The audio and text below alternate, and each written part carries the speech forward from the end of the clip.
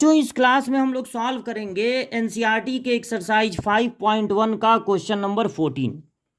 इसके पहले इंस्ट्रक्शन दिया हुआ है discuss the continuity of the function f where f is defined by this.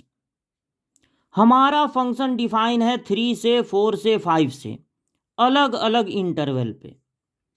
तो हमको पता लगाना है कि इसकी कॉन्टिन्यूटी कैसी है।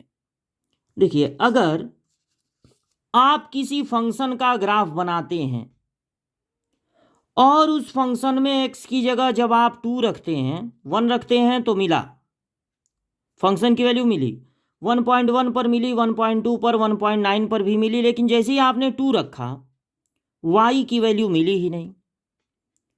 अब y की वैल्यू नहीं मिली, हो सकता है कि 2 रखने पर वो नॉट डिफाइन हो जाए या इमेजिनरी हो जाए। फिर आप 2.1 रखे तो y की वैल्यू मिली, 2.2 पर भी मिली, 3 पर भी मिली, 4 पर भी मिली। फिर ऐसा 5 पर हुआ। मान लीजिए ऐसा 5 पर हुआ कि जब आपने फंक्शन में 5 रखा x की जगह तो आपको फंक्शन की वैल्यू मिली ही नहीं, नॉट डिफाइन हो गई। तो फिर आपको पेन उठाना पड़ेगा, तो ये कहा जाएगा।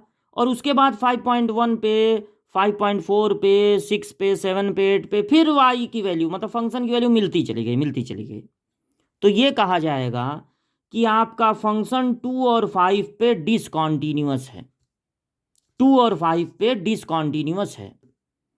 अब जैसे इसका एग्जांपल लीजिए, ये फंक्शन है मान लीजिए, तो नीचे x-2 x-5 है। तो क्या होगा, जब आप 1 रखेंगे कोई दिक्कत नहीं है, आपको फंक्शन की वैल्यू मिलेगी, मतलब y की वैल्यू मिलेगी। इस ग्राफ का ये फंक्शन नहीं है, ये अलग है, ये अलग है। बस आपको ये समझाने के लिए है कि ऐसा फंक्शन हो सकता है कि बाकी वैल्यू पे तो वो डिफाइन हो, लेकिन जब आप x की जगह 2 रखें तो नॉट डिफाइन हो जाए, जब 5 रखें तो नॉट डिफाइन हो जाए। तो 2 और 5 पे वो हो जाएगा डिसकॉन्टिन्यूअस। तो आपको यहाँ पर एक अलग फंक्शन दिया गया है जिसकी कॉन्टिन्यूटी आपको चेक करनी है। देखिए, 3 क्या है, 4 क्या है, 5 क्या है, x तो कहीं है ही नहीं इसमें। तो ये कांस्टेंट फंक्शन है, और जो कांस्टेंट फंक्शन होता है वो हमेशा कॉन्टिन्यूअस होता है, वो हमेशा कॉन्टिन्यूअस होगा। लेकिन 1 के पहले फंक्शन कुछ और है, 1 के बाद फंक्शन कुछ और है, तो 1 पे डर है। 3 के पहले फंक्शन कुछ और है, 3 के बाद फंक्शन कुछ और है, तो 3 पे डर है। हो सकता है कि 1 पे ये डिसकॉन्टिन्यूअस हो जाए, 3 पे ये डिसकॉन्टिन्यूअस हो जाए। हम 0 और 10 की बात नहीं करेंगे, क्योंकि 0 पे फंक्शन का फुल इंफॉर्मेशन नहीं है। जब x की वैल्यू 0 से ग्रेटर या इक्वल है तब तो फंक्शन की इंफॉर्मेशन है, लेकिन जब x की वैल्यू 0 से लेस होगी, लेस देन 0 होगी, तब इंफॉर्मेशन नहीं है। यानी 0 पे हमको कॉन्टिन्यूटी नहीं चेक करना है, 10 पे भी पूरी इंफॉर्मेशन नहीं है। 10 से कम होगा तो क्या होगा, 10 के इक्वल होगा तो क्या होगा, ये तो दिया है। लेकिन जब x की वैल्यू 10 से ग्रेटर होगी तब दिया ही नहीं है, इंफॉर्मेशन ही नहीं है उसका। तो यहां पर फुल इंफॉर्मेशन 1 पे है और 3 पे है। तो हम लोग कॉन्टिन्यूटी को चेक करेंगे दो चीज़ों पे, एट x इक्वल टू 1 क्योंकि 1 पे फुल इंफॉर्मेशन है, और दूसरा एट x इक्वल टू 3, 3 पे फुल इंफॉर्मेशन है।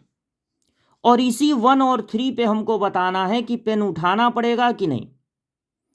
तो 1 पे अगर हमको कॉन्टिन्यूटी चेक करनी है तो 3 चीज़ें निकालनी होगी। फंक्शन की वैल्यू क्या है x इक्वल टू 1 पे, दूसरी चीज लेफ्ट हैंड लिमिट कितना होगा 1 पे, तीसरी चीज राइट हैंड लिमिट कितना होगा 1 पे। यानी एक बार फंक्शन में 1 रखना है, फिर लेफ्ट हैंड लिमिट का मतलब है 1 से थोड़ा कम रखना है, राइट हैंड लिमिट का मतलब 1 से थोड़ा ज़्यादा रखना है। और इस लिमिट में वो 1 से कम या 1 से ज़्यादा उसको h से रिप्रेजेंट करते हैं, और यहाँ पर लगा देना है h टेंस टू 0। अब अगर फंक्शन में 1 रखना है तो 1 रखना है तो x की जगह रखना है। लेकिन देखिए यहाँ फंक्शन में x है ही नहीं, जब x की वैल्यू 1 है तो फंक्शन की वैल्यू 3 है। अब यहाँ पे x रहता तो x की जगह 1 रखते, लेकिन ये तो केवल 3 है तो सिर्फ 3 होगा।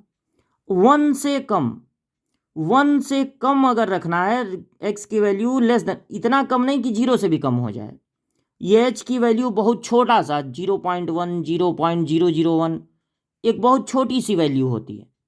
तो अगर 1 से कम रखना है तो जब x लेस देन 1 है तब भी फंक्शन किससे डिफाइन है? 3 से। हमको x की जगह 1 माइनस h रखना था, लेकिन यहां पर तो x है ही नहीं, तो यानी 1 माइनस h पे भी फंक्शन सिर्फ 3 होगा। x रहता तो उसकी जगह 1 माइनस h रखते। अब h टेंस टू होगा 0, h की जगह हमको रखना था 0, लेकिन h तो यहाँ पर है ही नहीं, तो अब इसको हटा दीजिए, 3 ही मिलेगा। क्योंकि अब आप कहेंगे 0 रखे लेकिन 0 दिखा नहीं, तो 0 इसलिए नहीं दिखा क्योंकि h भी तो नहीं दिख रहा है। अगर यहाँ पर x रहता तो उसकी जगह 1 माइनस h रखते, तब h की जगह 0 रखते। जब ये फंक्शन कांस्टेंट है 3 है तो h मिलेगा ही नहीं, तो इसको हटा दीजिए। समझिए आप h की जगह 0 रख दिए। 1 प्लस h का मतलब है 1 से थोड़ा ज़्यादा। जब x की वैल्यू 1 से थोड़ा ज़्यादा है, मतलब इतना ज़्यादा नहीं कि 3 से भी ज़्यादा हो जाए, तब फंक्शन की वैल्यू 4 है। यानी अगर आपको 1 प्लस h रखना है तो x रहता तब तो रखते, तो 1 से ज़्यादा है तो फंक्शन की वैल्यू सिर्फ नोट हो जाएगी 4। और अब इसको हटा दीजिए, क्योंकि h की जगह 0 रखना है, h है ही नहीं, तो समझिए आप h की जगह 0 रख दिए। अब ये आया 3, ये आया 3, लेकिन ये अलग आ गया, यानी 1 पे पेन उठाना पड़ेगा, 1 पे पेन उठाना पड़ेगा, 1 पे ये हो गया डिसकंटीन्यूअस। अच्छा, उसके बाद 3 पे भी पता लगाइए। तो 3 चीज़ें फिर फाइंड करनी होंगी। फंक्शन की क्या वैल्यू है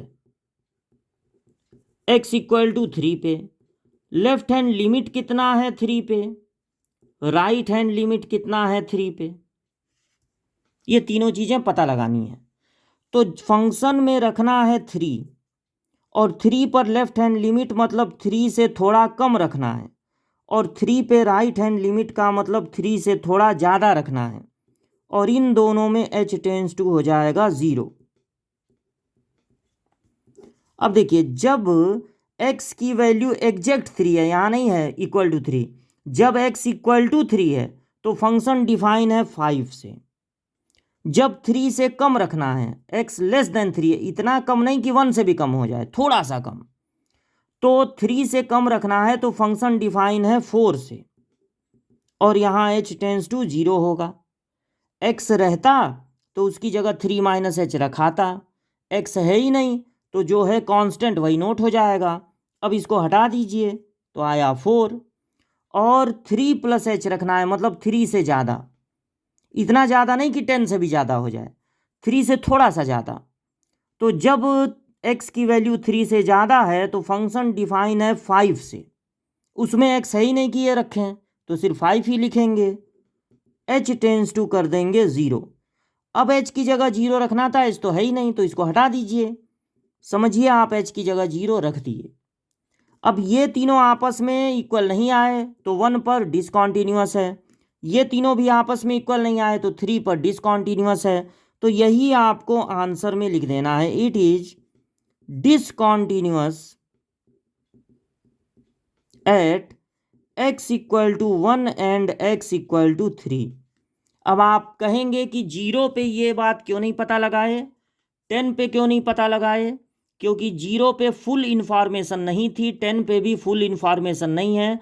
जिन जिन नंबर पे फुल इंफॉर्मेशन रहेगी उन्हीं पर हम कॉन्टिन्यूटी का पता लगाएंगे, और जो रिजल्ट मिलेगा उसको आंसर में लिख देंगे।